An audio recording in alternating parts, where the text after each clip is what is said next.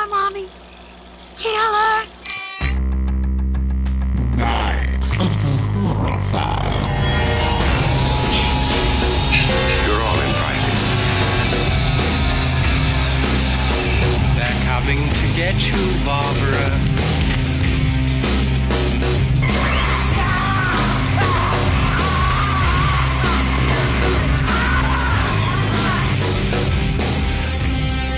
So, it's September. September. You know what that means? What's that mean? It's basically Halloween.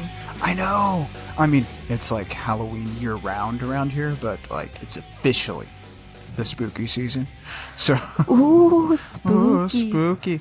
I mean, we got a bowl full of candy corn sitting to my right. So, And we have a creepy doll to freak out our children. I know we're very excited about the holiday season. So The holiday season. People celebrating Thanksgiving and Christmas. Hell no. fuck we got that. Halloween. Fuck that. Well, happy Friday the fucking 13th. That's Hell right. yeah. When I started this, when we started this fucking show. Oh. Ooh, I'm sorry, I left you out. You're When getting we started stabbed. the show, I really, really hoped that a Friday the 13th would happen so we could do Friday the 13th. And so here we are with the fucking movie that started it all, the Hello. original Friday the 13th. That's right. 1980s Friday the 13th, directed by Sean S. Cunningham, starring a very kind of unknown Kevin Bacon, which is kind of cool. Written by Victor Miller. And man, you know how we begin all our episodes? With a brief history lesson. So, Friday the 13th, 1980. Originally titled A Long Night at Camp Blood, until Sean S. Cunningham got the idea in his head about the title Friday the 13th. It had always kind of been with him because at one point, like during working on another movie, he was like, man, if I had a movie called Friday the 13th, I could fucking sell that. And so it stuck with him. While they were writing, or while Victor Miller was writing the movie, it popped in his head. Let's call it Friday the 13th. So Miller kind of wrote around that idea. And it's been said that it's inspired and kind of ripping off a little bit of John Carpenter's Halloween, which came out, oh God, I think 79 or something, or 78. Hell, I'm bad with dates today.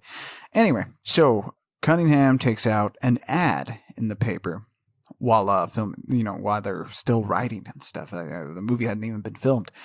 Took out this ad with just the words Friday the 13th crashing through a window pane. And up above it, it says, the most terrifying movie ever made. Oh. I know. So, and it's a real simple ad. That's a bold statement. It really is. And he did that, one part to see if anybody owned the rights to Friday the 13th. And another part just to kind of get some buzz going. Like, get it out there. And it fucking worked. I mean, the shit started pouring in. Like, this was 79. And by the end of 79, they had the movie filmed on a budget of $550,000. It was filmed in New Jersey over a period of 28 days. Yep, 28 days. Cunningham and Miller had no idea that they just fucking created one of the most successful horror franchises ever to grace our fucking screens. No idea. Because, I mean, they just set out to make a horror movie. Because at one point, Sean S. Cunningham was the producer on Wes Craven's Last House on the Left, which kind of went on to make him a little infamous with that movie. With because when Last House on the Left dropped, like people were talking about what kind of sick-minded individuals can make a movie like this, and so it kind of stuck him in a corner. And he wasn't having much financial success. That's when this came around. And then it blew the fuck up. Oh, yeah. And that ad I mentioned, it kind of created so much of a buzz. A bidding war happened over the completed film, ending with Paramount acquiring domestic distribution and Warner Brothers securing European distribution rights. So, well, let's carve into one of my favorite slasher movies. I think I'll probably say that a lot on this show. Take us there, Brittany. Don't call me by my name. Oh, sorry. Ew. That was scary. That was scarier than this movie. Oh, not that this movie wasn't good because I really liked it. Okay, take us there, sexy. I'm going. So this starts in 1958 at Camp Crystal Lake. The counselors are singing, your normal camp songs and stuff. And the spooky music starts, and then you get the So, I noticed you've been saying ch-ch-ch, ha-ha-ha. Yeah. So, Manfredini, the guy who did the music and stuff, actually came up with this sound. And what he did was, at the end of the movie, you hear Mrs. Vorst, he's saying, she's saying, she's hearing "kill her, mommy" in her son's voice, and she's kind of imitating that at the end. And what he did was he took the first syllables of "kill" and "mommy," and it came out. He did it harshly into like a microphone, and it came out "ma ma ma." Oh, yeah. So it's actually "ma ma ma," and Harry Manfredini, he gets that a lot, and he's usually like, "What are you talking about? It's not. it's not. It's not." Mama. Yeah. So we're introduced to the camp in 1958. We see some girls sleeping in a cabin. I don't know if those are campers or if they're counselors. I think they're supposed to be counselors, maybe. Probably. Yeah. They're sleeping. And then there's more counselors in another cabin singing Hallelujah.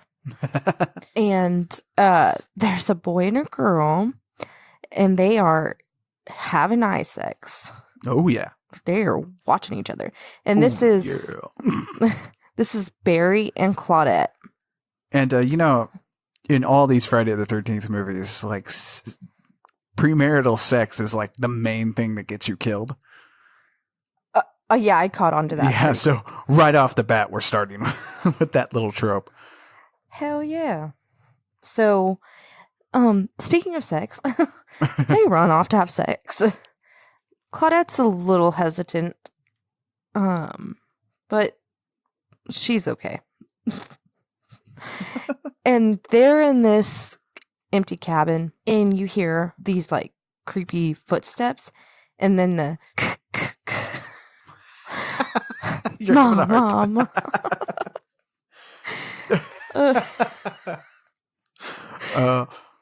What? It's funny when you when I try to do it right. Yeah, it really is funny. But yeah, so right here, we get, if you notice, like during the entire movie, the music is kind of non-existent for most of it. Right. Like the only time it comes up is when the killer is doing stuff. So and that's kind of vamping some of the stuff from Jaws, which the music doesn't really start until the shark is attacking and stuff like that. So they kind of went with that. A lot of people, I don't think they talk about this, but this movie is like an amalgamation of like a bunch of different horror movies, all mixed into one big bag. I don't know. I haven't seen enough horror movies to know, but Right. But so we hear the footsteps in the music. Barry's freaking out because he sees someone, and then he gets stabbed. Oh, and Barry is played by Willie Adams, and he has the unique distinction of being the first murder victim in the Friday the 13th franchise. That's all we know him for. Oh, yeah. Claudette starts to try to find a way out to escape, and it freezes on her screaming. I really liked this scene.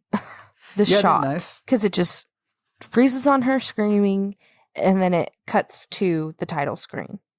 The opening credits, sorry. Yeah, which is like in that ad, it's Friday the 13th crashing through a window. So we get now a shot of a girl walking, and it says today. What does it say? It's something like about today's time. Yeah, it's like today, Friday the 13th. Yeah, Friday, 1980. June 13th, 1980.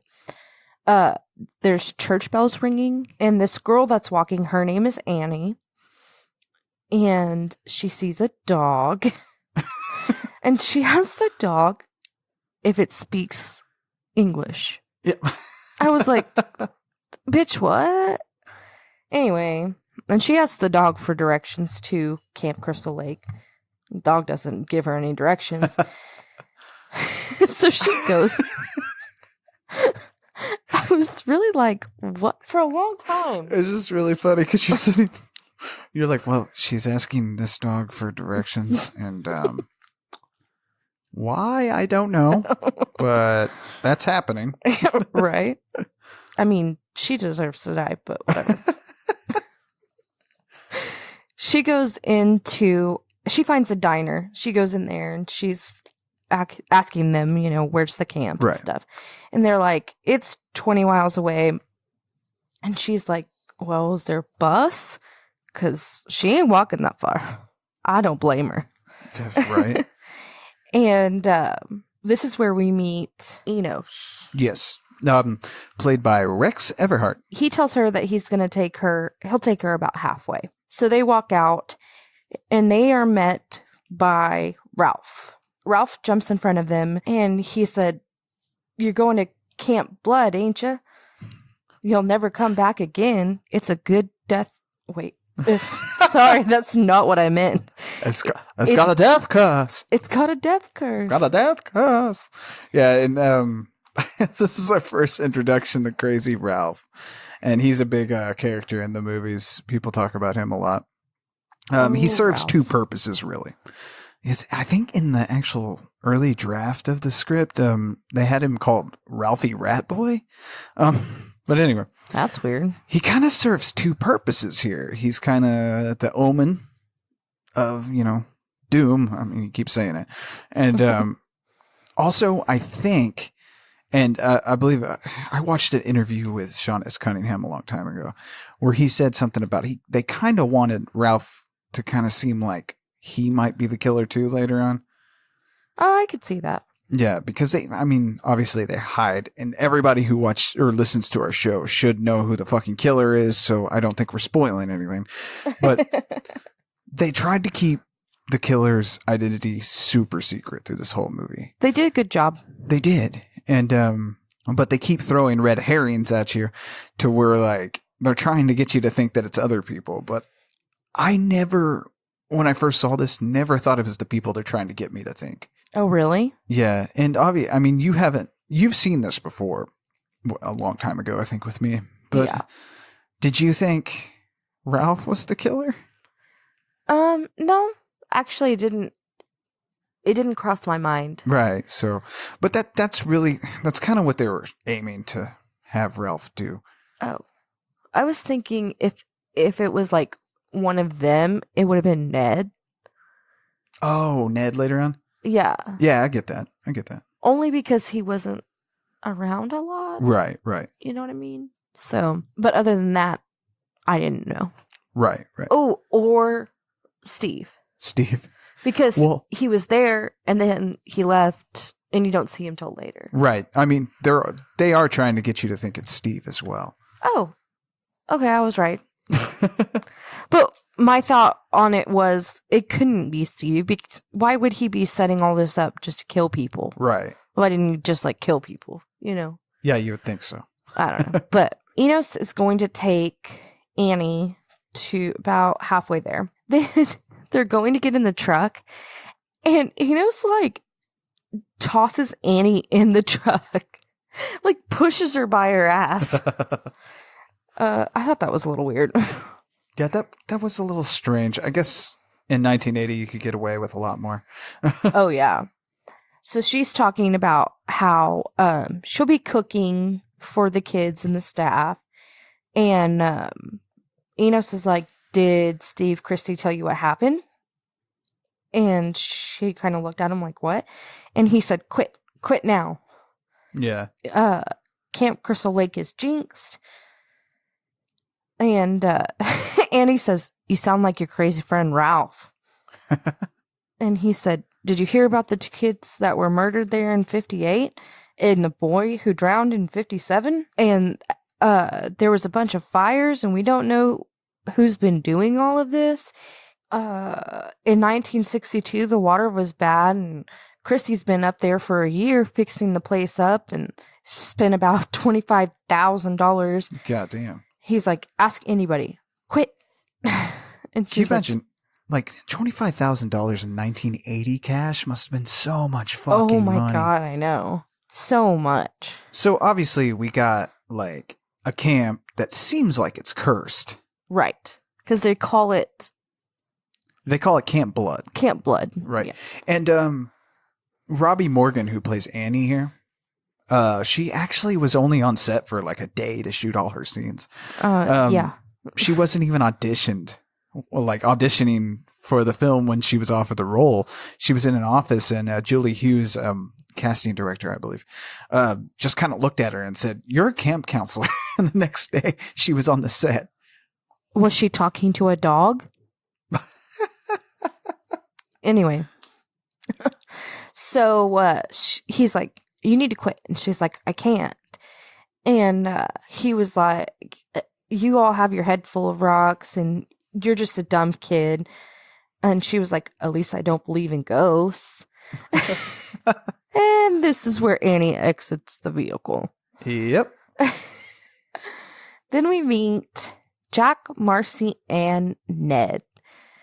They're driving to Camp Crystal Lake. They are the other counselors. Some of the other counselors. Mm-hmm. They are talking about Marcy being gorgeous, and there might be other gorgeous women there. And she's like, is sex all you ever think about, to Ned? Yeah.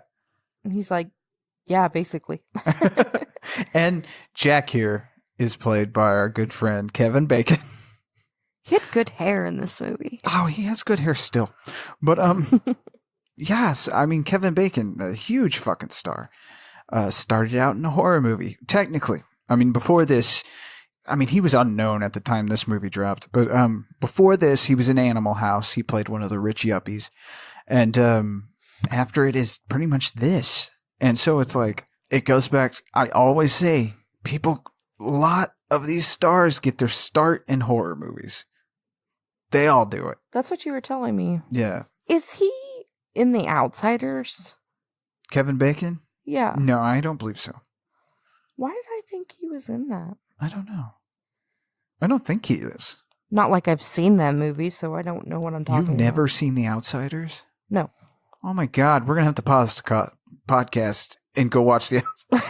I can't believe you've never seen that movie. I know, and it's crazy because The Outsiders house is here. Yeah, it's in Tulsa. Like what, 10 miles from our house probably? Yeah. Like I've probably driven by it. That's so crazy. Yeah. Damn, should we be doing a horror podcast or just a movie podcast? I haven't seen anything. So this is where we meet Steve Christie. He is chopping wood, no shirt, nice stash.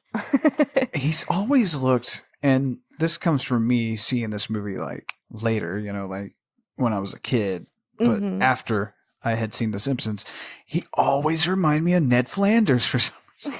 I don't know what it is. So like watching this movie still to this day, I keep thinking he's going to say Oakley Dokley. No, he doesn't do that. And we also meet Alice, and Jack, Ned, and Marcy pull up, and they get out and they're helping Steve with this log, and Alice comes out, and Steve's like, you do this and you do this and you do this, blah blah blah. And they were like, Jack and Ned and Marcy were like, dang, we just got here. Yeah. And Alice is played by Adrienne King. And it's just already, Alice ends up being our final girl at the end. And already this movie kind of goes against most of the slasher tropes, which this is early on in the slasher genre, but goes against that in the way that Alice being our final girl, she's obviously not a fucking virgin. Like, she's obviously not tied up like most of the trope is supposed to be. She smokes weed. She drinks with them later on. She's in kind of been romantically involved with two of the people here. And so it's funny because a lot of people do give slashers a hard time for being misogynistic, but this movie, one of the biggest slasher movies ever, really is pretty even. I mean, just as many girls die as men, and the killer turns out to be a woman. Right. So really, Sean S. Cunningham has created a pretty even kilter, like, slasher here. I thought so too. Yeah. And the first person he killed was a man. Right. So. See? So, Alice is hanging a gutter, nailing it, which I thought was a little weird, but whatever. And she's nailing that gutter. Oh my gosh. And Steve comes up to help her, and then he finds her sketchbook. And he's like, wow, you're really talented. And he's like, and you're really pretty. And I was like, can you not? Like, can you not? But in this scene, you can kind of tell that Steve and Alice were some kind of like romantically involved. Because she's like, I'm going to have to go back to California. And he was like, no, just stay another week. It'll be fine. Just stay another week. And he was like, if you hate it, I'll put you on a bus myself. Right. And at one point, Sally Field was supposed to be Alice, but that didn't. Oh, I'm glad that didn't happen. That would have been weird. I like Sally Fields, just not. Yeah, I like That Sally would've been Fields weird. too. I couldn't see her in this movie. No. Well, like, Sally Field was supposed to be Alice, and Mrs. Voorhees was supposed to be played by Estelle Parsons, who you don't know who that is. But that would have mean Friday the 13th would have had 2 Oscar-winning actresses in it. Oh, That would have been weird. That would have been really weird.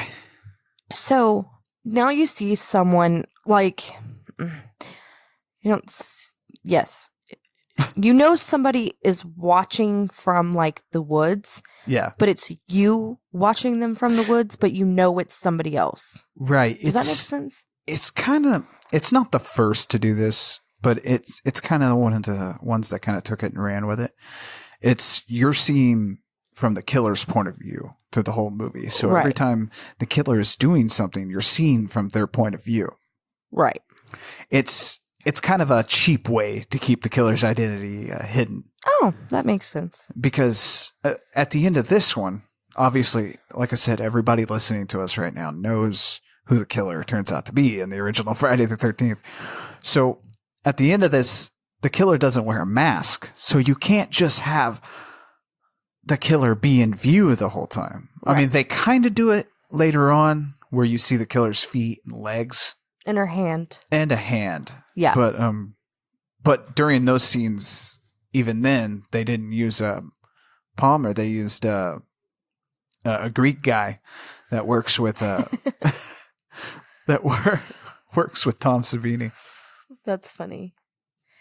So we're watching Alice talking to Bill and Steve telling everyone what to do because he's going to go to town. And assuming, I want to say it's the next day, but it's not. They start talking and stuff, and they're like, everybody in town calls it Camp Blood. Ooh. And Marcy takes, was that Marcy or was it Brenda? I think it was Marcy. Takes the target out to hang it up. Right. And Bill shoots the arrow at her. Well, he hits the target, but he almost hit her. And so, well, now that we have it up. So the special effects artist on this movie is Tom Savini from, we've talked about him on our Dawn of the Dead episode, and that's kind of why they hired him for his work on Dawn of the Dead. But, so yeah, he's the one that takes the shot with the arrow. It's Oh, right really? next to this lady. Yeah. Oh, I don't know that I want to be that actress, but okay. This then cuts to Annie. She's walking down the road and she gets in a Jeep with a mystery person. She's talking about the kids in the camp. Mm-hmm. About this time, the driver passes the camp and she's like, or Annie says, we better stop. And the driver doesn't stop. So naturally, Annie just jumps out. You know. Yeah, Whatever. that's what you do. And the girl that plays Annie, Robbi Morgan, had training in acrobatics. Oh. So really, like, that kind of helped her with this stunt here.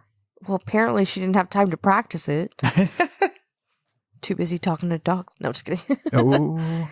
So she jumps out. The driver backs up, and Annie runs through the woods, Right. and someone's chasing her. She kind of loses the person, and then all of a sudden, someone pops up. She runs into them, and they cut her throat. Which looks good. I know a lot of people are like, you can see the makeup. It's like, yeah, that's fine. It's 1980. Right. I can deal with that. But, like, again, this is definitely a Tom Savini effect because it looks so realistic still. And it's just gory as fuck. And we actually, we watched the uncut version is what we watched. Yeah, because you watched the cut version when you first watched it a long time ago. Mm-hmm. And this view, we watched the uncut, which has, I mean, it's not much, but it's like 11 extra seconds. That's it? Of gore. Yeah, it's mostly the gore scenes because the MPAA was like pissed off about how much gore was in this movie. It's not even bad. And yeah, it's not even bad. And just like to think about this, like they were so mad about how much gore got through with this movie that the second on, they kind of cut them. Like the gore is much lower in the second movie. Well, that's stupid. And on there on out until I think Jason Goes to Hell, I think kind of picked it back up and they got a little gorier. But yeah, like that's the sad part about these movies is there's a lot of special effects that were just like left on the cutting room floor. And it's sad. That is sad. Yeah. But 1980s, so what yeah, can what are you you do? gonna do? So now you have your camp counselors, and they are putting the dock together or just playing around. I don't know. I was a little confused. But they're out at the dock and they're swimming around and stuff. And this is really funny to me, and I wanted to ask you this. What flavor of ice cream would you be? Okay. Okay, so she answers rock and roll, and is she like making a Rocky Horror Picture Show reference? I don't think so. Okay, so thinking about it, what kind of flavor ice cream would I be? I'd be a coffee. Oh, you yeah, would. I'd be coffee ice cream. What about you? This is a hard one. Can I be a banana split? Yeah. As you know, as someone who's licked you, yeah. Oh my god.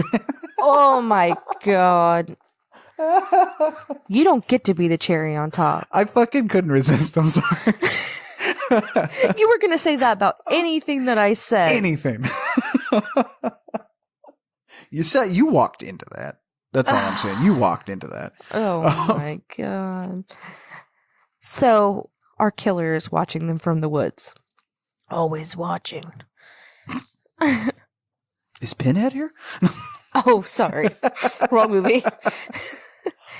So they think that they see something from across the way. Right. And they decide, let's leave. Let's get back to work. Ned goes out and he's drowning. And everybody runs to him and they get him out of the water and up to the dock. And one of the girls, I can't remember which one of the girls starts to do mouth to mouth and he starts to make out with her. Of course. It is kind of hard because besides Kevin Bacon, because we all know who that is, all the cast members kind of run together a little bit, mostly because it's kind of on purpose. Sean S. Cunningham kind of cast them all like he wanted, well, in his own words, he said, some kids that you might see on a Pepsi commercial. He wanted good looking young people in his movie, which is a trope of the slasher genre now. But I don't know if you noticed, but this looks like a real Camp Crystal Lake. Oh, yeah. It looks great. It's beautiful. That's mostly because the filmmakers made Camp Crystal Lake They've made it feel so real because they were filming at an actual camp. The real place, I believe, is called Camp No Be Bosco. I think I'm saying that right. Nobi Bosco. Nobi Bosco, if I remember right. And I think that's in where is it at? Blairsville, New Jersey is where it's at. So yeah, Jason is a Jersey guy. But yeah, it was filmed out there, and it was actually a camp for Boy Scouts, and which it's still in operation today. You can still go to there. They actually have like a dedicated room filled with paraphernalia from the movie and stuff for everybody to enjoy and see. And in order to use it, they had to like donate some money to the Boy Scouts of America. Oh, I bet they did. Yeah, and it is a beautiful looking place, and I'd like to go there someday. But especially that lake. God, that lake looks good. Oh, yeah. We don't have lakes like that around here. All our lakes are kind of dirty. Oh, very dirty. Although, this was 1980. I wonder what it looks like now. That's true. So, from the woods, we get the ch-ch-cha. That's because we learned that the killer does not like sex or any kind of sexual act. That's right. And being this is the one that started it all, don't ever have sex while you're camping. Oh, that's it? While you're camping? So, back at the cabin, Alice is in her robe, and she's walking around, and there's a snake! Ah! She goes to the door, and she sees Bill, so she yells for Bill. Snake. I'm sorry. Oh, my God. And he comes in with this big knife, and then everybody else starts to run in because they hear her yell. And it's a machete. It had gone underneath the bed or whatever. Yeah. And they're all looking underneath the bed. And she's like, they're trying to figure out how to get the snake out. And she's like, call him out. Really? You just do a snake call. Here, Yeah. snaky. Oh, here, baby, come here. Let me kill you. This is almost as dumb as talking to the dog. Oh, yeah. Not that talking to your dog is dumb. I talk to my dogs all the time. But the dog doesn't know directions. A lot of animal people get after us. What, you Anyway. don't talk to your dog, you fucking asshole? I do. I talk to my dogs. I love my dogs. I was comforting one earlier. He has bad anxiety. But he knows English, okay? Yeah, but he that is doesn't true. know directions. That is true. And so the snake, they end up killing it. They're going to eat it for Chopping dinner. up. Oh, so this That's was a an joke. actual snake.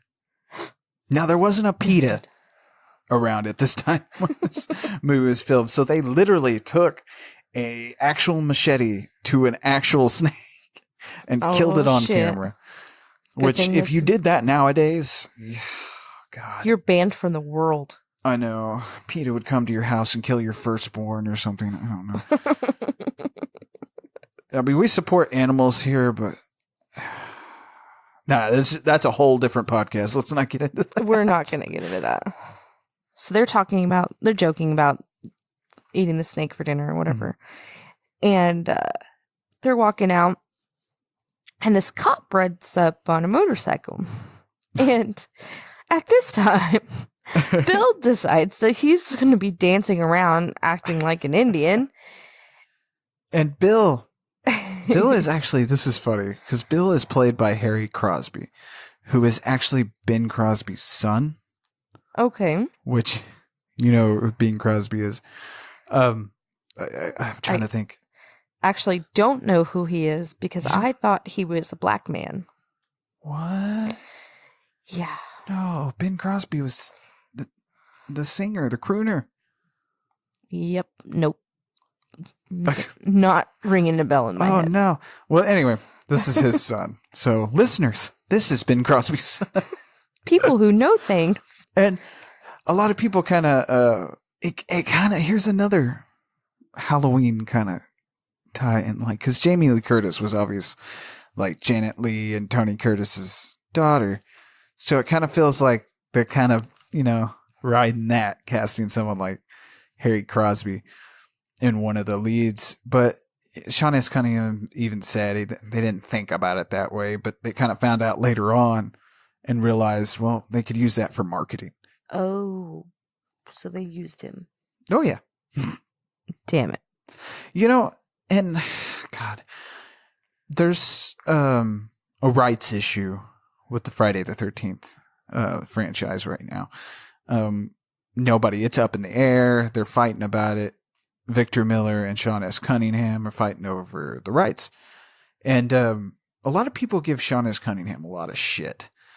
But to me, he just set out to make a good movie. Like, he's just trying to pay some bills like everybody else, just working guy. Right. So everybody's like, well, he ripped off this, he ripped off that. And it's like, I don't really see it that way. Because one, Victor Miller also wrote the movie. Two, of course he did. Those movies were financially fucking through the roof. Halloween was making bank. Halloween is what put John Carpenter on the fucking map. So, of course you're going to steal a little bit. Yeah, Just a little bit. I mean, but No, this movie really isn't Halloween, though. No, not at all. Yeah, because I get in arguments with people about this. It's not Halloween. It's more closely kind of to, well, there's like a novel, I think Then There Were None, or something like that. But anyway, it's not Halloween. And people need to stop giving Sean S. Cunningham shit, along with Victor Miller. Just, they're figuring that shit out. Leave him alone. Anyway, this cop pulls up. Bill's acting like an idiot. And he asks them if they're smoking weed. He's like, the grass, the ganja, the green, and all this stuff. And they're like, no. Not till later, duh. No, I'm just kidding.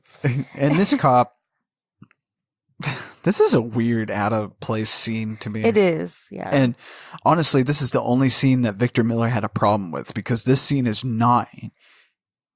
Oh, excuse me. This scene is not in his original script. It's just kind of added later, because like Victor Miller kind of wanted them to be secluded. Okay. To where nobody could just get to him. And then this fucking cop comes along. Right. So it's just kind of weird and out of place. I don't even think that cop shows up later. He doesn't. No. I think they maybe felt like they needed to have an explanation as to why Ralph was there. Maybe. And so this is how they explained it. But you didn't really need to do that. Yeah. And it could also be just throwing another, hey, here's somebody that could be a killer because he hates weed. But nothing against Cunningham, but all this could be the killer things is pretty weak. Oh, yeah. I mean, I'm more thinking it could be Steve or one of the kids. Right. Killing That's people. what I was thinking. And even with that 1958 thing, it wouldn't have been one of the kids, obviously. Oh. So that already throws a monkey wrench in that whole thing. Right. But I see this what isn't you mean. supposed to be something super deep. It's just Right. a slasher movie. Right. So the cop tells them that he's looking for Ralph, the town crazy. And Alice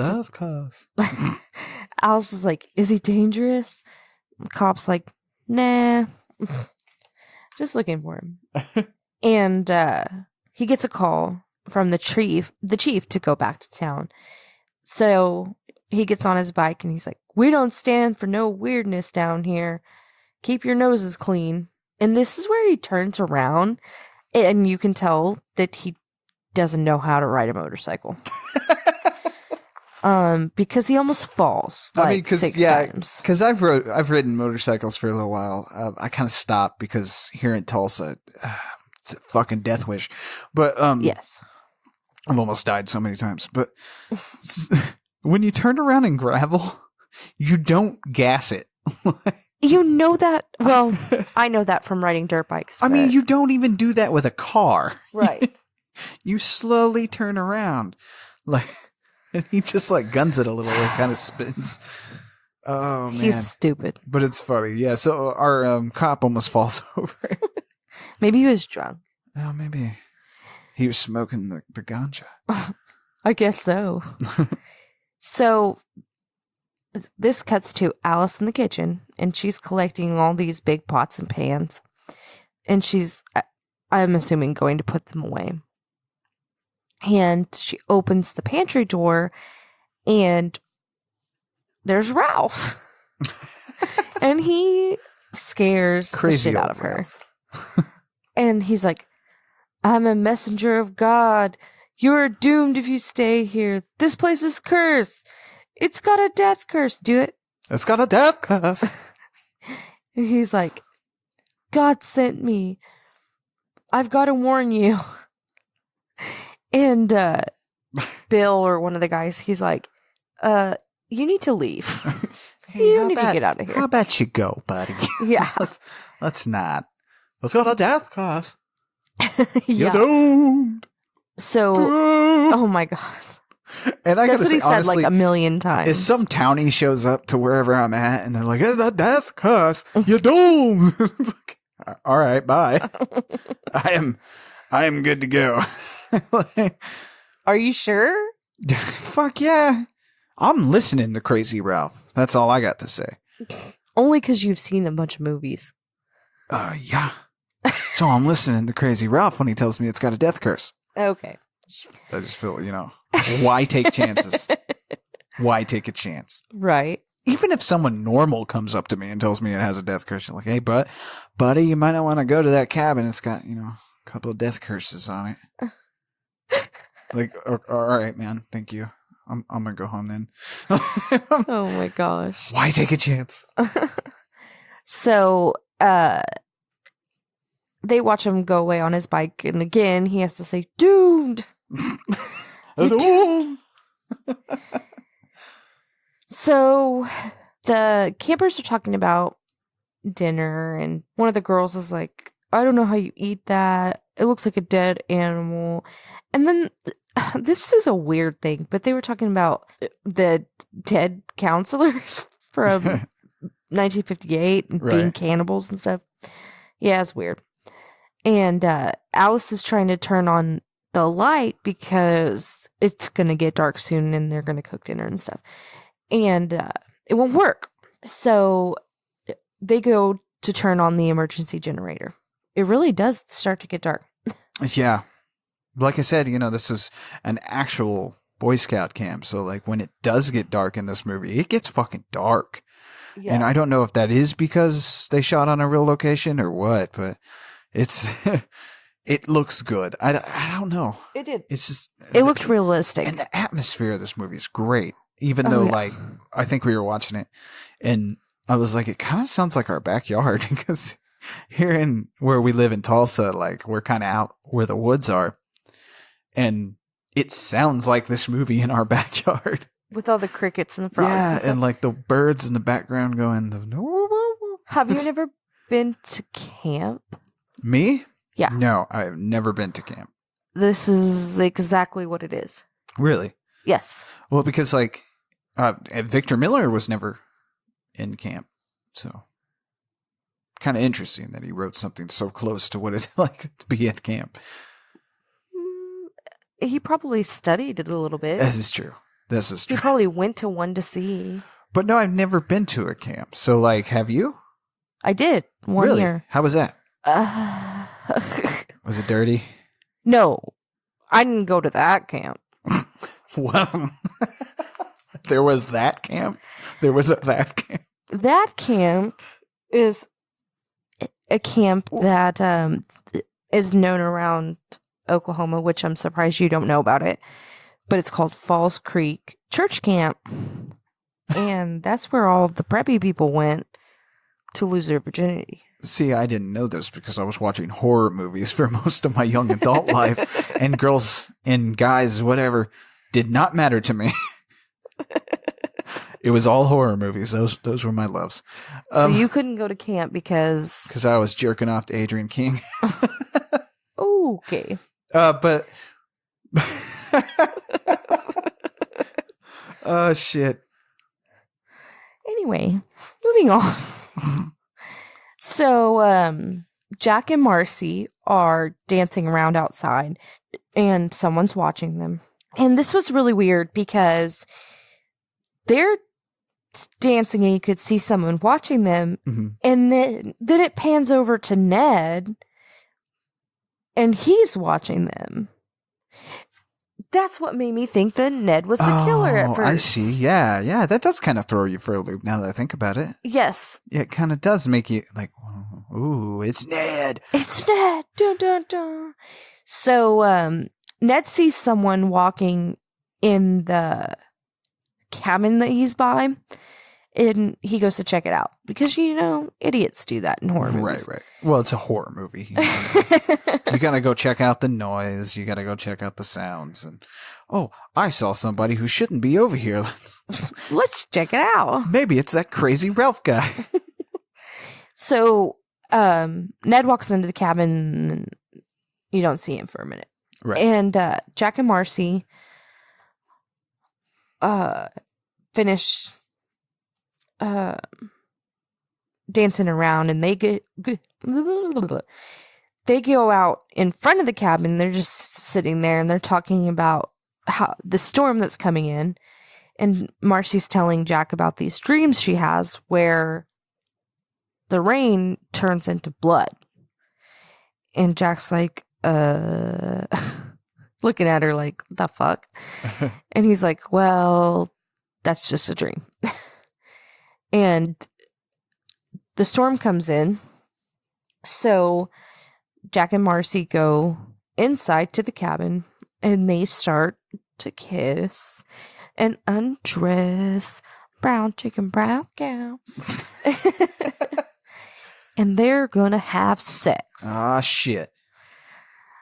But first, we have to cut to Alice and everyone else. Right. In Alice's cabin. And they are wondering where Jack and Marcy are.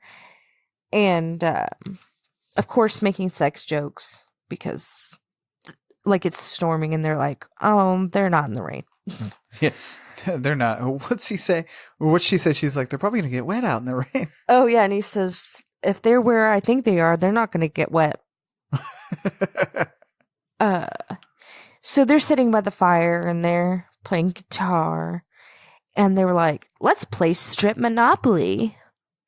What a weird game to play strip, anything to. Monopoly. Right? Like, who gets the idea to play strip now? It's like saying, let's play strip guess who. It's just not a game I would be stripping to. You know how fucking long it would take to see some boobs?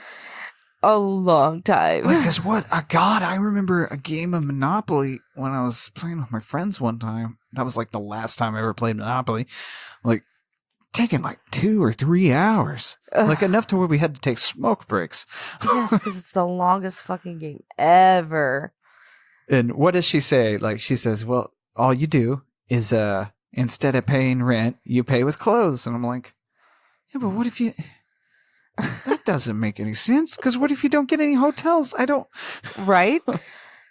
It took a long time before you could get there.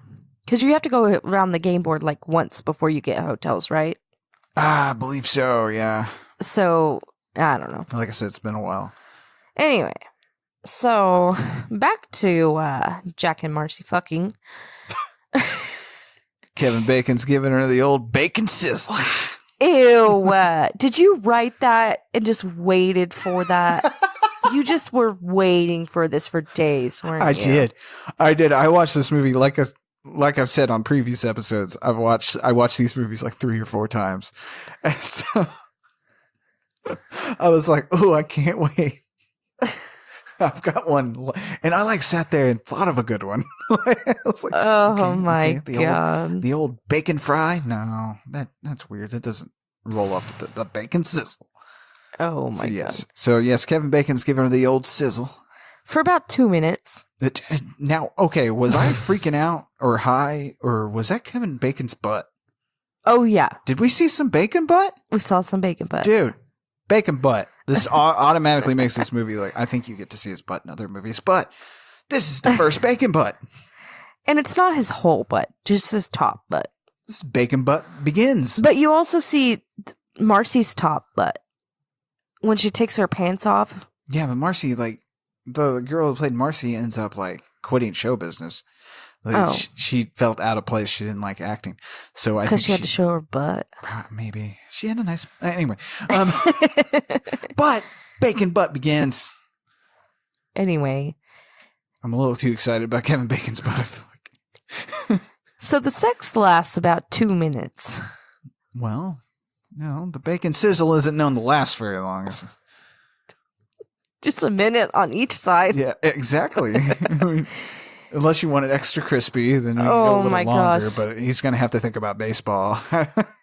Well, his bacon butt's about to get a little bloody because Ned is dead on the top bunk. That fucking rhymes. Ned's dead on the top bunk. And his throat is slit. Ooh, like deep, too. Yes. Some more great Tom Savini effects. So, back to Monopoly. Boring. All they have done is pull out the marijuana and the beer. Which should cause you to get naked, like, immediately. So, I'm like, but they're not what are you naked doing yet. with Monopoly? And I think all we really see is someone lose a boot, right? No, there's more. Oh, we'll get to that. So, then it cuts back to Jack and Marcy, and they're done fucking, and Marcy has to pee. Naturally. Mm-hmm. After you have sex, you gotta pee. Okay, so for our first Friday the 13th episode, I thought we'd read a little Jason fan fiction. You cool with that? Sure. Cool. Okay, all right, here we go. All right, here's one. This looks pretty cool. Jason stood towering over the cowering naked female camp counselor. Machete raised, the moon caught the blade, creating a sickening flash of light. The girl had never seen a machete that big. It was almost as big as Jason's throbbing exposed Whoa, okay. Ooh, awkward. Okay, let's just go find another one. Okay, here we go. Okay. Here we go. All right, here. Oh, a Freddy versus Jason one. Okay. Jason grabbed Freddy's neck and squeezed. You like it rough, big guy, Freddy said as Jason slammed his manhood into... Whoa. Ooh, all right. I think I need to stay away from the internet. You're still reading, aren't you? Yeah. I mean, no.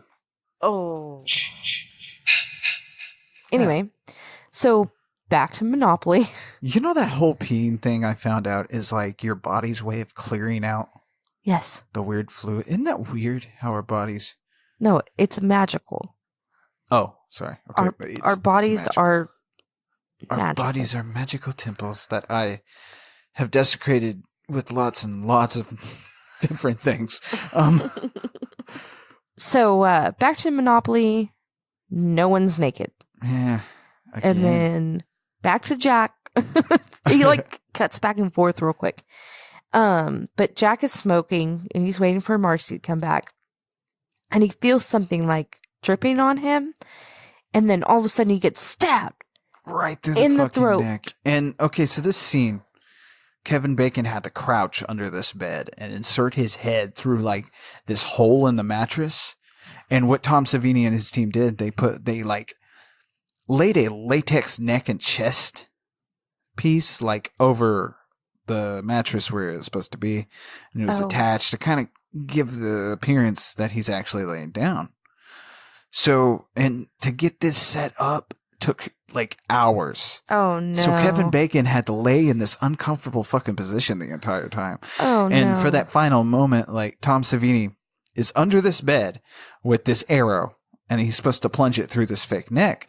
And while his assistant is also under the bed and supposed to operate this pump, right? That makes the blood flow through. Oh, as yeah. the arrow's going. Well, what happened was they needed somebody to stand and put for the killer's hand and stuff like that. And so he stabs the arrow up through the neck, but the pump doesn't work.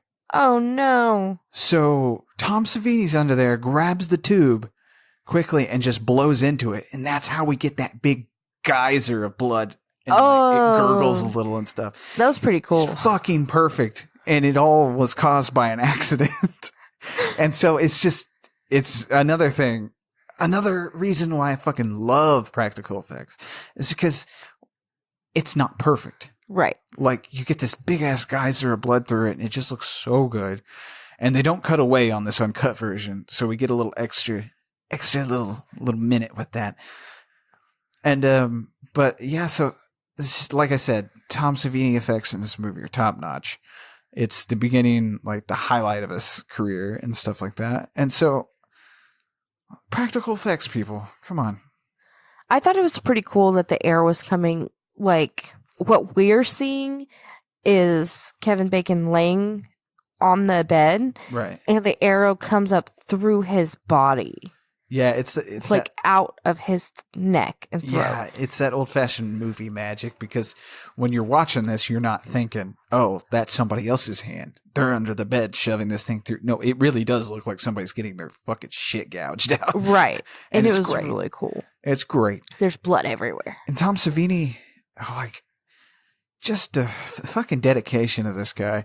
You know, while everybody would stay in hotels and stuff, him and his team and stuff, they would be hanging out on the campsite, like making the effects and stuff, building it up. And I think they only had like 2 Betamax tapes to watch while they were there. What are... I'm not asking that. So Betamax... I know this is a weird tangent to go off into from like just something I casually said, but Betamax came before VHS. Or maybe it came around the same time. Somebody's going to correct me on Twitter somewhere. And that's okay, because I kind of want to know now. So, anyway, it's still raining, and Marcy is running through the woods, half naked, to the restrooms. And she goes to pee. She's going pee or whatever. And someone walks in. And they're slowly going from stall to stall looking for Marcy. And she's in there reading some of the writing that's on the wall. And she hears something. And she thinks it's Jack. Mm-hmm. And she goes out and she's like, Jack, is that you? But she doesn't see anybody. So she goes to wash her hands and the water's turned off.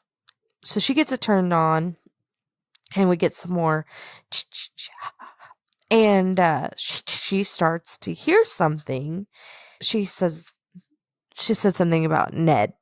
And she goes to look. She starts checking the shower stalls because the curtains are closed. Right. So she starts opening them. And behind her is this big shadow of an axe. Yeah. She turns around and she says, before she turns around, she says, must be my imagination. And then she turns around and we hear the worst fake scream I've ever heard in my life. And she gets axed in the face. Bam! Hell yeah. Which is a good axing, again. Oh, yeah. Right through the eyeball. Everything. You made the mention, and I never noticed that until you said something. You're like, what is with the fucking eye damage in this movie? No, just like all horror movies. Well, I think it really goes to like, what's the worst thing you could picture happening to you? I guess, yeah. Like, sure, you can get your head cut off, but that's pretty quick. An eyeball gouge, though, you might live through. I wonder if it's just like a subconscious thing, like, that's fucked up. Or maybe. It could also be just your eyes are right there when someone's trying to hit you in the head with an axe. Right. So, it cuts back to Monopoly. And Bill has no shirt on. Brenda rolls and she has to take her shirt off. And it looks like Alice has all her clothes on. And at this time, as Brenda's taking her shirt off, the door like slams open and the wind catches all the game. And so they stop playing. Yeah. And Brenda's like, oh, I think I left my windows open in my cabin. So she leaves. And then it cuts to the diner. And Steve's in there drinking a cup of coffee. And he has some sweet banter with the waitress. And he leaves. By the way, he only left her a 75-cent tip. I guess that's good for only paying $2.25. No, yeah. I didn't think about that. Anyway, so then it cuts to Brenda, and she goes to the restroom, and she thinks she sees something. It pans to, like, the shower curtains again, and we can see fingers grab the shower curtain. Yeah. And we get a little... Uh-oh. I'm sorry. That's... Yes. Uh-oh. Uh-oh. And Brenda brushes her teeth, and she goes back to her cabin. So then it cuts to Steve, and he is broken down. Is it a Jeep? Yeah, and I don't know if you noticed, but earlier in the film, the killer, when they pick up Annie, I don't know why I'm saying they, it's a she. When she picks up Annie, she drives a Jeep too. Yeah, that's why I was confused. It's, again, it's trying to throw you off. Oh, okay. Like, it's trying to make it seem like Steve might be the killer. So that's another thing. Because, really, like, at one point, it was going to be like a ring was going to throw it off and stuff like that. But it was just a bunch of stuff to try to make you think somebody was the killer. And the Jeep ended up doing that. Oh, okay. Well, the Jeep won't start. And luckily, a cop is driving down the road, and he stops. He says that he'll take Steve to the camp, and Steve says he'll have one of his counselors bring him back in the morning. Then it cuts to someone watching Brenda in her cabin. Brenda's getting ready for bed. She's laying down. She hears someone say, like, it sounds like a child saying, "Help me." Yeah. And really, I had to rewatch this a couple times because I thought it was one of our children crying in the other room. Oh, shit. It threw me off. I was like, are they crying? Are they really crying? Like, what's happening? So I really thought it was one of our kids. It freaked me out. Ugh. So Brenda, hearing this, obviously gets up and goes outside because, what else would you do? Right. When you hear something like this. And of course she goes outside and says, "Hello?" So she runs out, and she ends up in the middle of the archery field, and all the overhead lights turn on. She's like, "It's not funny anymore." And it cuts to Alice in her cabin playing guitar. And originally, like, the original idea was to have an arrow hit her in the chest. Oh. Yeah, and it supposedly was just never filmed. But that was the original idea. Why was it not filmed? I don't know. That's something I never found out. Oh, okay. Weird. So Alice thought she heard a scream, and Bill's like, it's just the wind. Alice is like, maybe it was Brenda. Bill says, I'm going to go check. Alice says the lights were on at the archery range. Bill says, well, they're off now. I'm going to go check it out. But yeah, so again, more slasher movie tropes. Somebody's going to investigate. Somebody's going to go fix that generator. Nobody can stay still. Alice wants to go with him too. Right. And like I said, Alice, again, is ultimately our final girl. And she does break a few tropes, but she also has the distinct variation of not getting naked. At all. At all. Nope. And honestly, there's really very little TNA in this movie. Yeah. You see Marcy's butt crack. You see bacon butt. Yeah. But really, like, for a movie that... Oh, shit, when this movie dropped, people called it sick and demented and stuff like that. And really, by today's standard, this is pretty chill. Oh, yeah. So they are looking around. They go to Brenda's cabin first, and they find a bloody axe in the bed. Bum, bum, bum. Um, Sorry. Alex Alice says, what's going on? So they go to look for Jack and Marcy, and they don't find anything. They go to the bathroom, and no one is there. And Alice says, we should call someone. So they go to the office to use the phone, and it's not working. Bill says, we'll use the payphone. They go to the payphone. It's not working. So they go out to the truck that Ned and Jack and Marcy came in, and it won't start, of course. But they still open the hood. Alice is like, what's wrong with it? And Bill's like, it's wet. Like, what? Because it's raining, it won't start. Right. Is that a thing in 1980?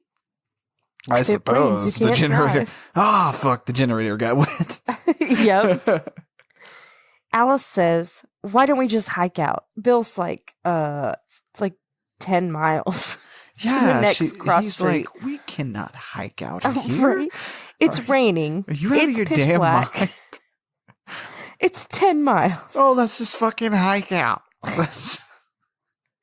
So Alice says, we'll wait for Steve. Is there some kind of explanation for this? Bill says, there is. There's an explanation for this, and we'll laugh about it tomorrow. I don't think so. I'm sorry, Bill. Bill hasn't seen enough horror movies. So Steve and the cop are driving down the road, and the cop's talking about it being Friday the 13th, and there's a full moon. Right, which the only reason this thing is in there is like that little line about being Friday the 13th, because really, in He the said script, the thing. yeah, he said the thing. In the script, there was no mention of Friday the 13th. You know, Victor Miller, Sean S. Cunningham told Victor Miller, you know, they can't really call it Friday the 13th, as cool as a title as it may be, without at least, you know, one reference to it. You know? Right. So that kind of peppered it in there a little bit. So it's Friday the 13th. There's a full moon. There's more accidents, more murders, more everything. And the full moon upsets people and makes them nuts, he says. And he says, I heard Ralph was up at your place earlier, and He's got a death cut. he's got a death cause. Steve's like, said something about he better not be up there, but whatever. The rain is stopping. The cop gets a call over the radio, so he has to make Steve get out. So Steve gets out on the side of the road. He didn't walk very far, it seemed like, because he sees the Camp Crystal Lake sign, Right. which we're going to paint one of those and put it on our I front am going to door. have this sign out in my front yard. Now, obviously, we're going to have to, like, do something to it to make it be, you know, 'cause somebody's going to steal that motherfucker, but... We'll put an electric fence around it. oh, there you go. That'll make it super spooky. Ooh. And as he sees the sign, this light shines on him. And he's walking up. I really, really love the way that this scene was shot. Oh, yeah. Because he's walking up and he says to this person that he sees, says, hi, what are you doing out in this mess?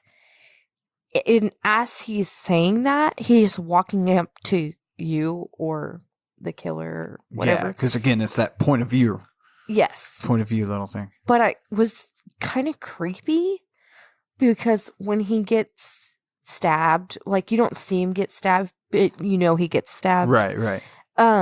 It's kind of creepy because it's like making you feel like you did that. Yeah, it's cool. It's really cool. And the way they cut away from it as soon as it stabs into him. Yeah. It's nice. Like I said, a lot of people, well, not a lot of people. I might be being a little mean because I heard maybe one thing on an internet board a long time ago. But I've heard, you know, there's some hate for Sean S. Cunningham about him kind of ripping off other movies for this one. But really, like I've said a million times, I think, in the show so far, he doesn't. This is a separate movie. It's its own thing. Right. I really liked that scene. Yeah. So the power is out, and Bill is lighting some lanterns. Bill. Bill, Bill, Bill. Lighting some lantern. Why am I singing? I have no idea. So he's going to check the generator because he says it's probably out of gas. At this point, Alice is kind of sleeping on the couch, and she's like, do you want me to go with you? And he's like, no. You sleep.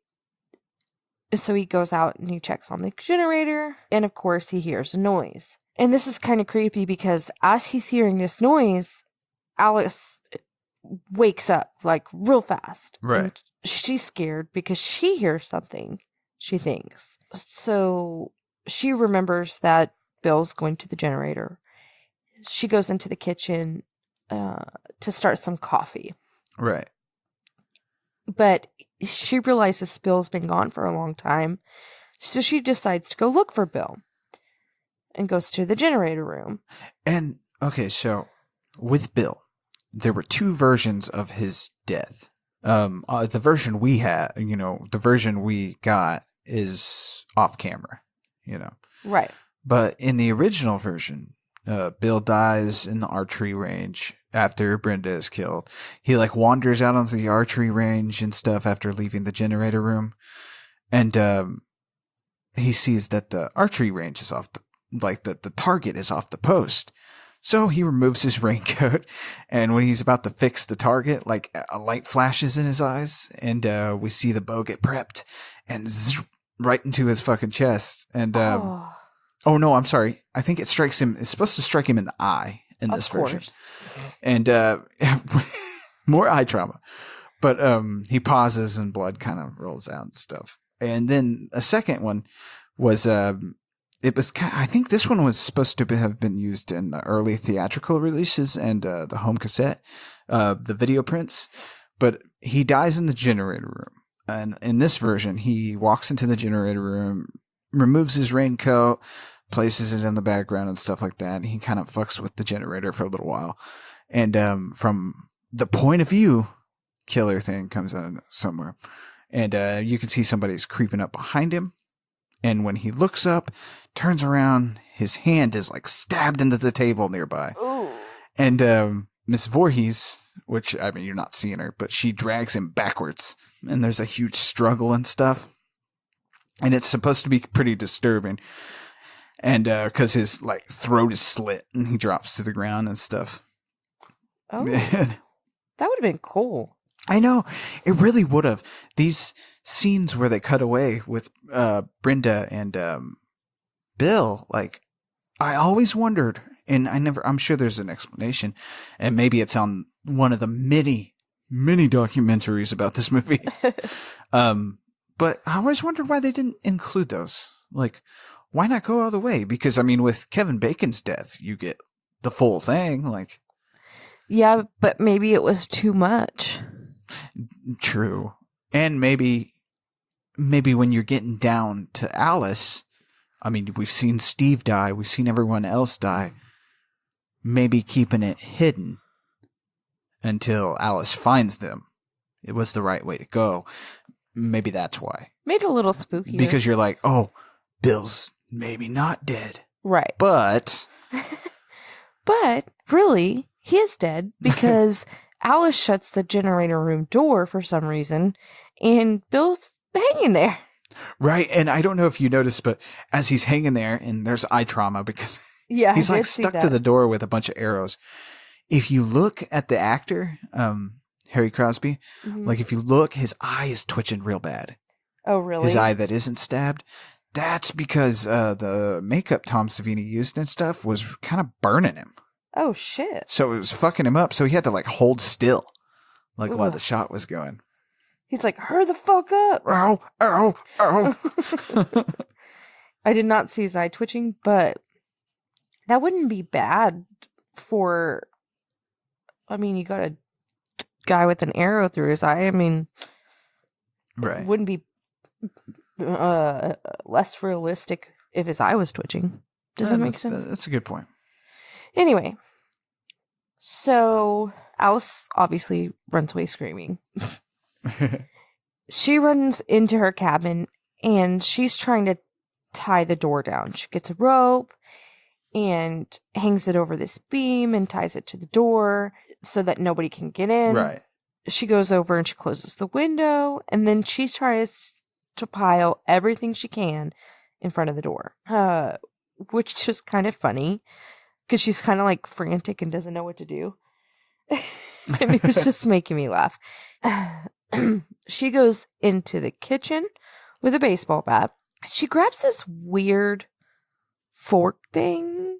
Was that like a fire poker fork? I don't know. Yeah, I think so. It looked like a fork for like hot dogs. Yeah, that's what I meant. Yeah, something like that. She's walking around. She's like, what am I going to do? And then all of a sudden, Britta comes flying through the window. Boosh! and right here, that's actually Tom Savini. What? That's Tom Savini in a wig coming through this window. Are you serious? Yeah, he's body doubling as Brenda in this scene. But that's weird. I fucking love Tom Savini because he's not afraid to get into the shit. Yeah. He's like, I need a body double. I'll be the body double. Here we go. I really liked this music right here. Oh, yeah. I wrote it. Harry Manfredi's score is so iconic in this movie. Oh, yeah. And sure, he may be channeling some Psycho. He may be channeling some stuff that came before it, like Jaws and stuff, like I said. But his score is what carries these movies, too. Like, there's certain things that these movies are known for. One is the score, and the other is the killer. Not so much this one. So you have the score, though. Right. I liked it. I really liked it a lot. Yeah. Enough to write it down. Because the other movies, I didn't do that. Right. I wrote music. And so I would know what I was talking about. Anyway, Alice slowly crawls away. It's kind of weird. She kind of gets her jacket stuck on the stove, so she just takes her jacket off. As she's like looking around because she's trying to figure out what the fuck's going on, she sees headlights in the window and unlocks the door and goes outside. What kind of fucking idiot is she? Right. Oh my god. I wouldn't do that. I don't know. She runs outside and because she thinks it's Steve. Yeah. It's actually Mrs. Voorhees. Mrs. Voorhees. Played by Betsy Palmer. And she was apparently, I really wish I wouldn't have been such a goddamn shut-in most of my life here. But apparently she was a joy at the conventions. She loved the attention and stuff like that. She was like a stage actor and stuff. Her last film before this was called The Last Angry Man. And that was in like 1959. So, and she's more known for playing like straight, squeaky clean kind of characters. So it was really, they were, kind of worried about this. Like, can she do this and stuff like that? But she pulls off this character because obviously Friday the 13th is known for Jason Voorhees. That's who comes to mind. But man, Mrs. Voorhees, her name's Pamela Voorhees. We don't find out her first name until I think the third or fourth sequel. Oh, okay. We don't find out her name is Pamela. So she's just known as Mrs. Voorhees in here. But she is so good at this. Oh, yeah. She is a fun killer. And God, she's only here. I think Betsy Palmer was really only on set for like 10 days. She got paid $1,000 a day, which is pretty good. Oh. I think. I don't know. I'm not a working actor, but she got paid $1,000 a day. Only filmed it for 10 days. So she wasn't here that long in this movie, but man, is she like the best part. Oh, definitely. This film, some of the people didn't like, some of the critics didn't really give it that great, but like her performance got a lot of great reviews and stuff, and the reveal of her being the killer, obviously, except for fucking Gene Siskel. Jesus Christ. Gene Siskel and Roger Ebert piss me off sometimes, but Siskel actually is the one that kind of like was so pissed off that Palmer was in this movie that like he like gave away the ending on his show. Oh, really? Yeah, he gave away the ending, and he fucking like gave out her address so people could mail her and like voice their opinions. Oh, that's crazy. It's ridiculous. But yeah, so we are introduced to Mrs. Voorhees here. No. Oh, and Betsy Palmer is I don't know if you noticed, Betsy Palmer in real life was a smaller lady, but here they've padded her. Oh, really? They put like padding in her clothings and stuff that make her look bigger. Oh, like it's just one of the little things that Sean S. Cunningham did in this movie that I really love that he did that, because during the scenes where you don't see who the killer is, but you see but you see feet and hands and like legs and stuff like that, it's obviously looks like a guy, and it was played by a guy. But here at the end, it's not out of the question that it couldn't be Miss Voorhees. Right. Like it doesn't feel too disconnected. And I enjoy the little pieces he put together. I liked it too. So Alice is expecting Steve, but she meets Mrs. Voorhees. And she says, I'm an old friend of the Christies. So Alice just like falls apart in her arms, and she's crying and kind of telling Mrs. V what's going on. And Mrs. V says, show me. I will take care of you. And Alice says, they're all dead. They will kill you too. You can't go in there. And Mrs. Voorhees like, I'm not afraid. Bitch, we know you ain't afraid. Yeah, and she immediately like, she's nice, but it's like such a saccharine nice that it's like, something's off here. Like, yeah, it was weird. So it's like she's, Palmer is putting out like, it's like Betsy Palmer is putting out like a crazed lunch lady vibe here. Yes. Like, it's sweet and nice and comforting, but at the same time, it's like, oh. Like, yeah. It's a little weird. You're like, eek. So they go inside because Mrs. Voorhees wants to see what's going on. And she walks in and she sees Brenda on the ground dead. Mm-hmm. You know, after she threw her through the window, but whatever. She's like, who did this? What monster could have done this? Mrs. Voorhees looks at, I almost said Brenda, Alice, and says, Steve shouldn't have opened this place. There's too much trouble here. And she says, did you hear about the boy that drowned? The counselors weren't paying attention. They were making love while that young boy drowned. And this whole time, Alice is kind of like, looking at her like, what? What the fuck? Yeah, because this is where Miss Voorhees starts unraveling. Yeah. Alice isn't really saying anything because she doesn't know what to say. She's like, Mrs. Voorhees says, his name is Jason. And I was here when he died. I was the cook. We get the yeah. Which is kind of ironic when you think about it, because Annie at the beginning is coming to Camp Crystal Lake to be the cook. Yeah, I thought about that after I heard Mrs. V say that. I was like, oh, that's why she killed her. Yeah. So soon. It's just before kind she of even funny. got to camp. Yeah. She says, he should have been watched. He was, and then stopped for a second. And then she says, was a bad swimmer. What was she trying to say? Like, he was special, but didn't want to tell Alice that he was special? I think so, because when you see, and let's forget about the sequels to come, because we'll talk about those on those episodes. But because if you see the flashbacks and stuff, and at the end our jump scare, but Jason isn't exactly a normal looking boy. Right. So obviously something's wrong with him. Right. And this is a little bit of a foreshadowing to that, I guess. Right. And what's funny is, even though this is kind of like, a lot of this is setting up a sequel, but this movie wasn't supposed to set up a franchise. It was just supposed to be a one-off slasher movie. Oh, really? Yeah, so it's really funny to hear, like, these bits and pieces that are setting something up for later movies. Right. When in reality, it's not what it was meant to do. Dun, dun, dun. Mrs. Voorhees says, we can go now.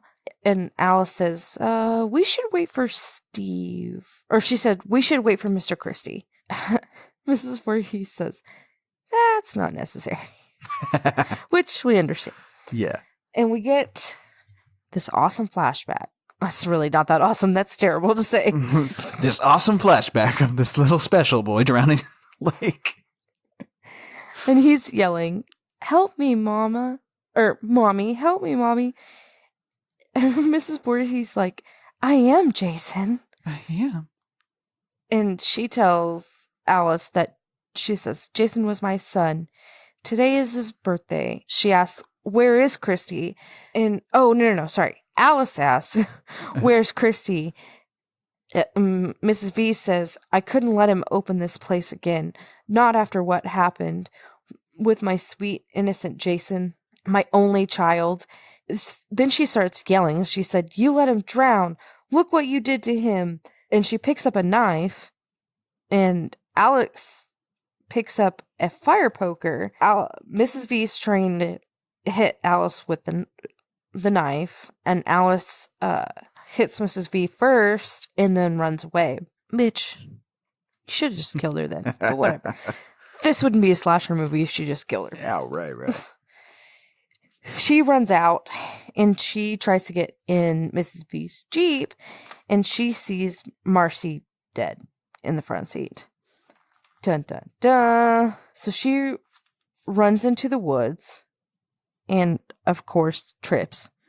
Because, you know, Yeah, you were bitches like, always be tripping. why do they always trip? Because bitches always be tripping. Yeah, exactly. Especially in horror movies. Oh, they gotta yeah. trip. Every time. It's a rule. Even in this movie, as much as it steers away from some of the normal tropes, they gotta trip. Right. So as she gets up to run, Steve falls from the tree. He's hanging upside down from the tree, sorry. And he's dead. Alice is learning that everybody's dead. And Mrs. V is pissed. Yeah. She goes running outside. And she starts talking in a kid's voice saying, kill her, Mommy. Kill her, Mommy. Don't let her get away, Mommy. And she says, I won't, Jason. And starts chasing after Alice. Right. And Kill her, Mommy. Kill her. yeah, that was kind of creepy. I mean, if I would have watched this when I was younger, it would have scared me. Oh, and like I said, I did watch this when I was younger, and it scared the fuck out of me. Oh, I bet it did. So Alice goes into this storage place that we haven't seen yet. It's kind of weird. And there's guns all along the wall. So I'm guessing it's for shooting practice or whatever. Yeah. And she's looking for a bullet. She can't find a bullet. Mrs. V goes into the generator room and she turns the generator on because she's the one that turned it off. Alice can't find this bullet. They're locked in a filing cabinet. I mean, for kids' safety, right? Yeah. So Mrs. V shows up. She says, come, dear. It will be easier for you than it was for Jason. Kill her, Mommy. So cool. And Alice isn't, she has the gun, she's pointing the gun, but there's no bullets. So she starts to like walk away, like walk backwards, and she's throwing things at Mrs. V. Not phasing her at all. She gets cornered, and Mrs. V just starts bitch slapping her. Just wham! Yeah, she is wailing on her. And I think this is probably like the only Friday the 13th movie where someone gets slapped to death. I mean, not she doesn't die, but I really think this is the only one where somebody gets slapped by the killer. Probably so. I mean, Jason in a later sequel does punch a dude's head off, like literally right off. That's cool. So Mrs. V's just bitch slapping her up one way and down the other. And she throws her onto this table. Alice finally punches her. Did she punch her in the vagina? I really think she did. That's what it looked like. Like, that's what I was going with. Okay. She punches her in the vagina, then she punches her in the face, and she runs off. And she hides behind, was that like a picnic table or something? Yeah. And Mrs. V runs one way, and Alice gets up and runs the other way. And again, you hear, get her, mommy, kill her. But Alice goes back to her cabin. What the fuck? She goes back in the cabin, and all she does is turn the light off. Yeah, it's kind of dumb. She knows you're in one of these cabins. Right? Ugh. So she turns the light off because, nobody's going to see you with the light off. Oh, yeah. And finally, she decides that she needs to go hide somewhere. So she goes into the pantry. Sorry, I was like, what is that word? And as she's like breathing kind of like a sigh of relief because nothing's happening for a minute or so, Mrs. V comes walking through the house or the cabin, and she's making all kinds of noise. It's during these scenes, it's actually, I really think it's a very good cat and mouse between the two of them.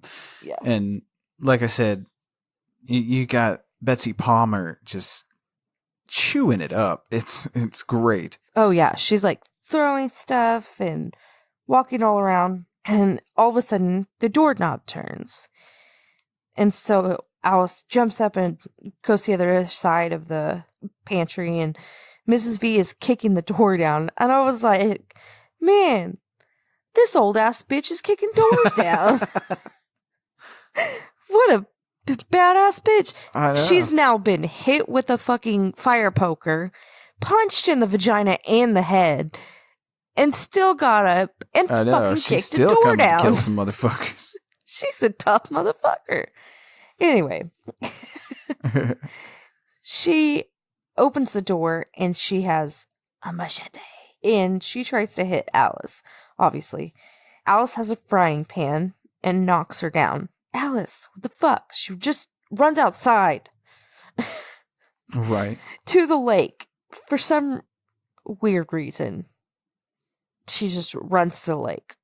And she's just next to this canoe, looking at her reflection in the water. And I think she goes to the lake to try to get into the canoe, because I think she's thinking that she could paddle away. But she doesn't do that. I just don't understand. Yeah, I don't know. She's scared. Let's just... Yeah, she's scared. So Mrs. V comes up behind her, and Alice knocks the machete out of her hand with an oar, because she had an oar, and they just start to wrestle back and forth. Mrs. V's choking her. Alice kind of gets away. Mrs. V smashes her head into the ground a couple times. Yeah. Yeah, I was like, they really shit. have a fucking drag knockout fight here. Yes, they did. And me kind of like skimming over it is because it's hard to describe what's going on. I mean, they're wrestling. She gets choked. She gets her head smashed into the ground. I mean, there's not much. I mean, they're wrestling. I don't know. I don't know what else to say.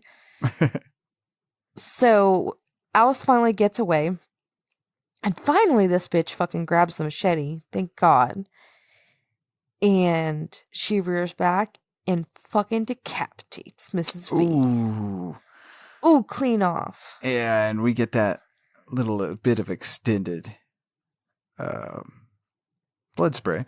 And yeah, because it was kind of like slow motion. Again, good fucking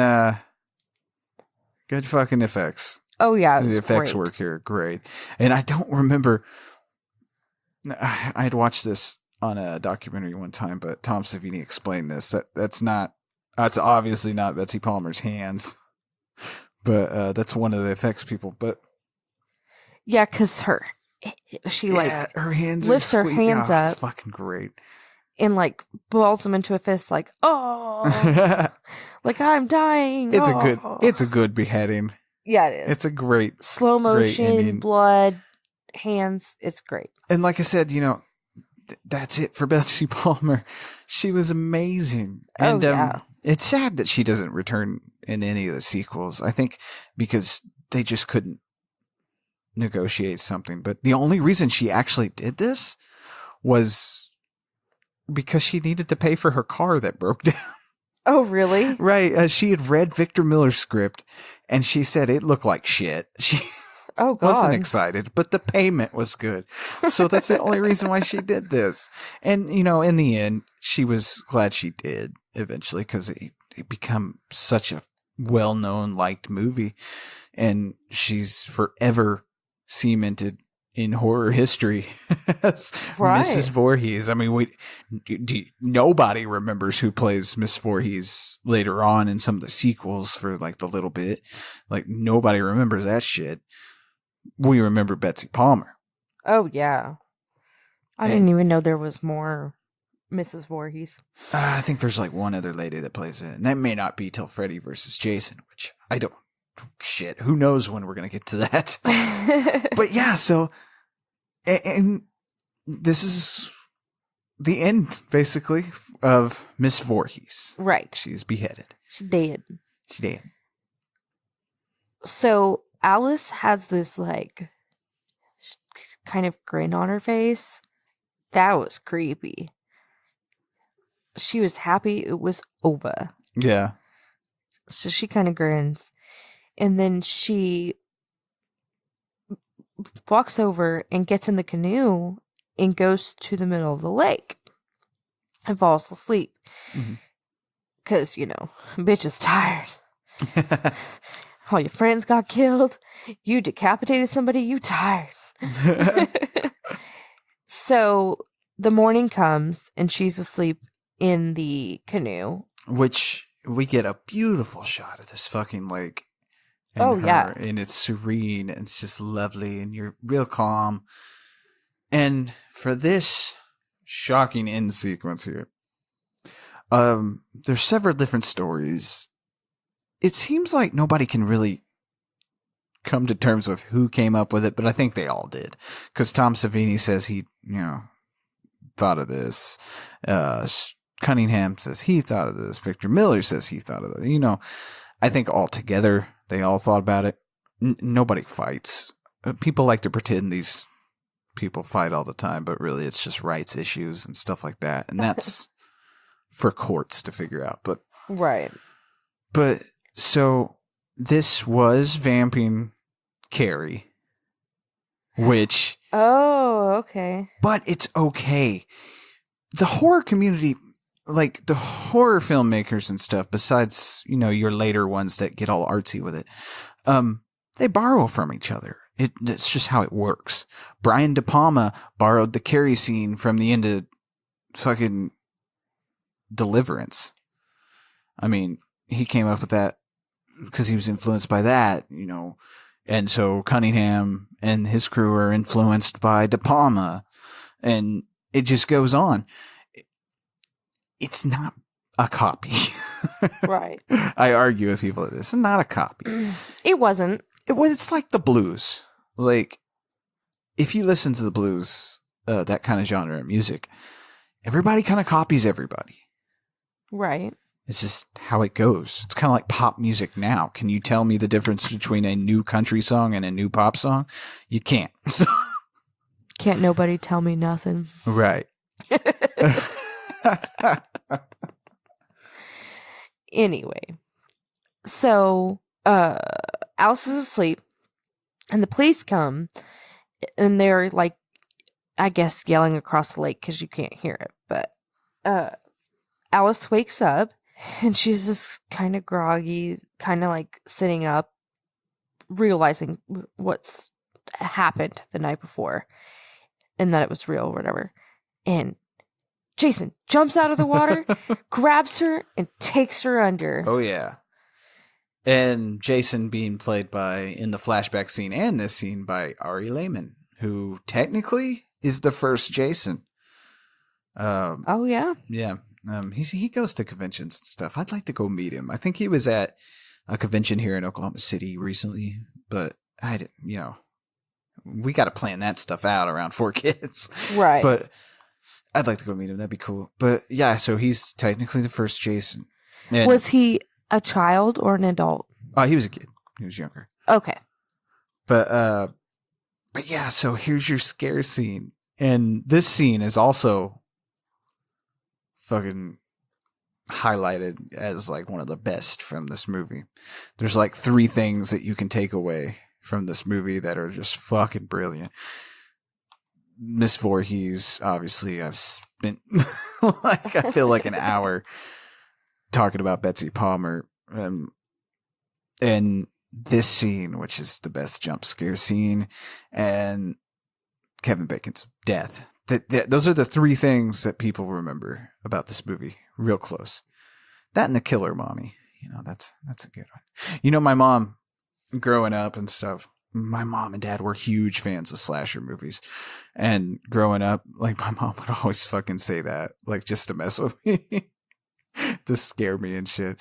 I grew up in a weird household. It's okay. You could have grown up in worse. Yeah, it's true. It's true. So, Alice wakes up in the hospital, and they're telling her, everything is over, everything's fine. And they're like, lay her down, like, force her to lay down, and roll her onto her side and give her a shot. I was like, damn, calm down, people. Sedate her. She's remembering. Right?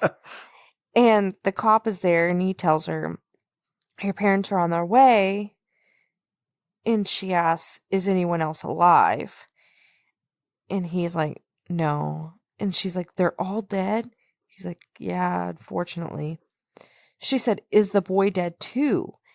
And the cop's like, the boy? She's like, the boy, Jason, the one that pulled me in the water. And the cop's like, we didn't find any boy. She's like, then he's still there. And it shoots to a shot of the lake. Just calm waters. Calm and serene again. Calm and serene. And that's the end. Da da da. And like I said, man, it's just a lot of Friday the 13th fans like to say this is kind of not the best one. But I love it. It's so fucking interesting that this one-off little horror movie spawned this giant-ass fucking franchise that would still be going today if it wasn't for the lawsuits and stuff right now. We'd probably be on our 13th sequel or Probably. 14th sequel. I mean, they got up to 11 if you count fucking Freddy vs. Jason. I believe Really? 11. That many? Damn. Yeah, because 8 he went to Manhattan, and then after that he went to hell. And then he went to space. What? And then he Oh my fought God. Freddy fucking Krueger. It's just so cool. It's one of my favorite franchises just because this formula in this first movie gets repeated throughout them all. Except for Jason Goes to Hell. That one's a little weird. But it gets repeated through them all. It's just they kind of throw some neat stuff in there to Wait. keep it a little fresh. Wait, the hell one's weird, but not the space one? No, space is actually one of my favorites. Interesting. It's fucking fun. But yeah, so it's just so interesting. And honestly, I have so much I could sit here and talk about, but like I said, we don't have 5 fucking hours to talk about Friday the 13th. But, go watch the documentaries, like go read the books and stuff. The making of this movie is so interesting because here's just a crew setting out to make a one-off horror movie to pay some fucking bills, and they end up creating a fucking legend Right. of a horror movie. Sure, Miss Voorhees doesn't continue to kill another day, but her fucking son comes back. Like, and this franchise really didn't really run out of steam. It was more, like I said, the lawsuits and stuff that kind of put it to the ground.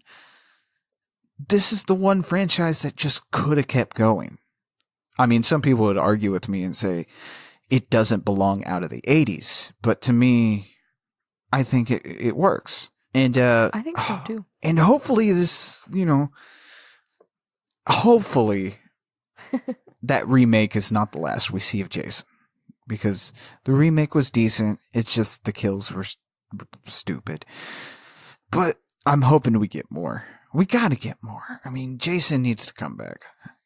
Out of all the slashers that could pop back up, I mean, shit, Michael Myers keeps popping back up. Right. Nobody's really asking for that.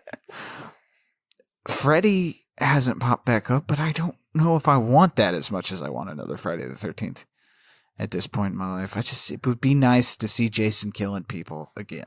But, I mean, like I said, if you want to know more, go look up the documentaries, go look up the books, read those.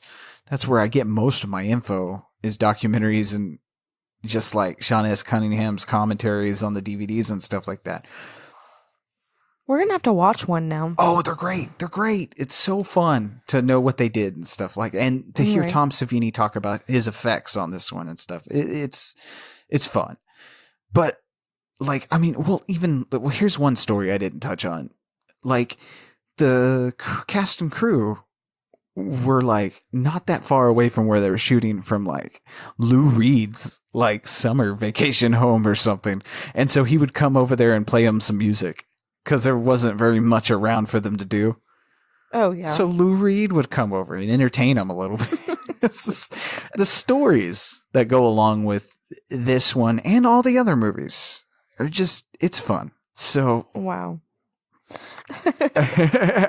Like I said, I could spend hours talking about this, but let's hit on, how did you like this movie? I liked it a lot. Yeah? Yeah. Do you think, because we haven't really done a lot of slasher movies, I think we've been mostly touching on stuff that I saw when I was younger and stuff like that, and a few newer horror movies that have popped up recently. But this is kind of our first traditional slasher movie so far, which that's going to change in October, just saying. Hint, hint. But do you like, I feel like, to me, this movie sets itself apart from all the slasher movies. It just feels different. I don't know. I'd have to watch more slasher movies right. to determine that. But so you liked this. Would you watch it again? Yes. Right. I liked it a lot. And I can't explain why I keep watching this again. I watch this like a good once a year, even though the whole basis of it is that shock of finding out who the killer is. It's definitely ruined for you.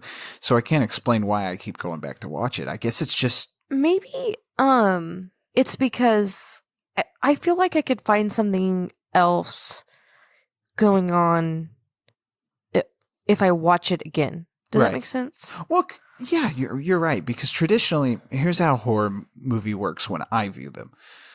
I watch them and I get all the shocks and the scares and stuff and the fun. And then when I watch it again, I see the art. I see the shots. I see the camera work. I see the sound work, the Foley artists. I see the special effects and stuff like that and how that works. And these older movies just do it for me a lot more. And we will get into the classic Universal monster movies, which do it even more for me. Those are like watching paintings. It's like watching a museum come to life when you watch those old black and white Universal monster movies. But I know I'm a millennial.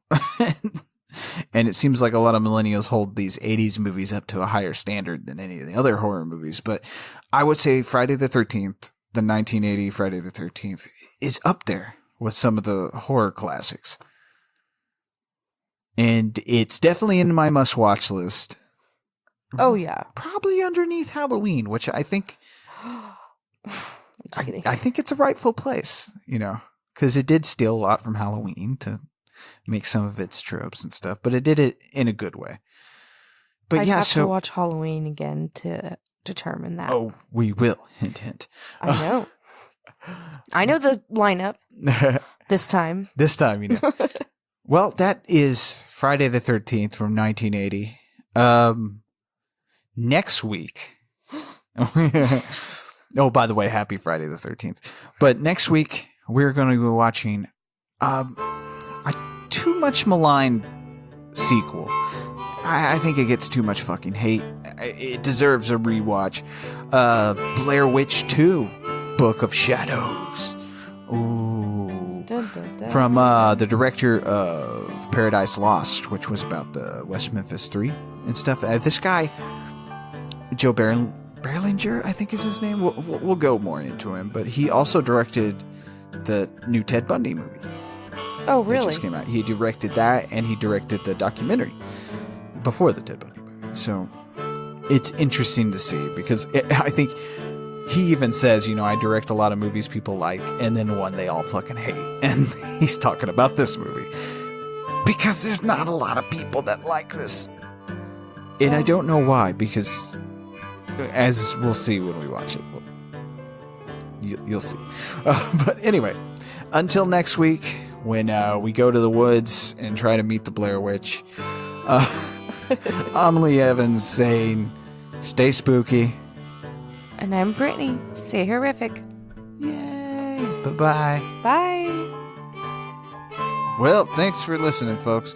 Don't forget to subscribe and leave a 5-star review if you like what you hear on wherever you listen to fine podcasts. And be sure to hit us up on social media at InHorrorFile. That's capital N, capital H, Horrorfile on Twitter and over on Facebook. You can find our Facebook page, and we're also on Instagram. And for those of you who dwell upon YouTube, you can also find us there. Well, thanks for listening, and we'll see you next week.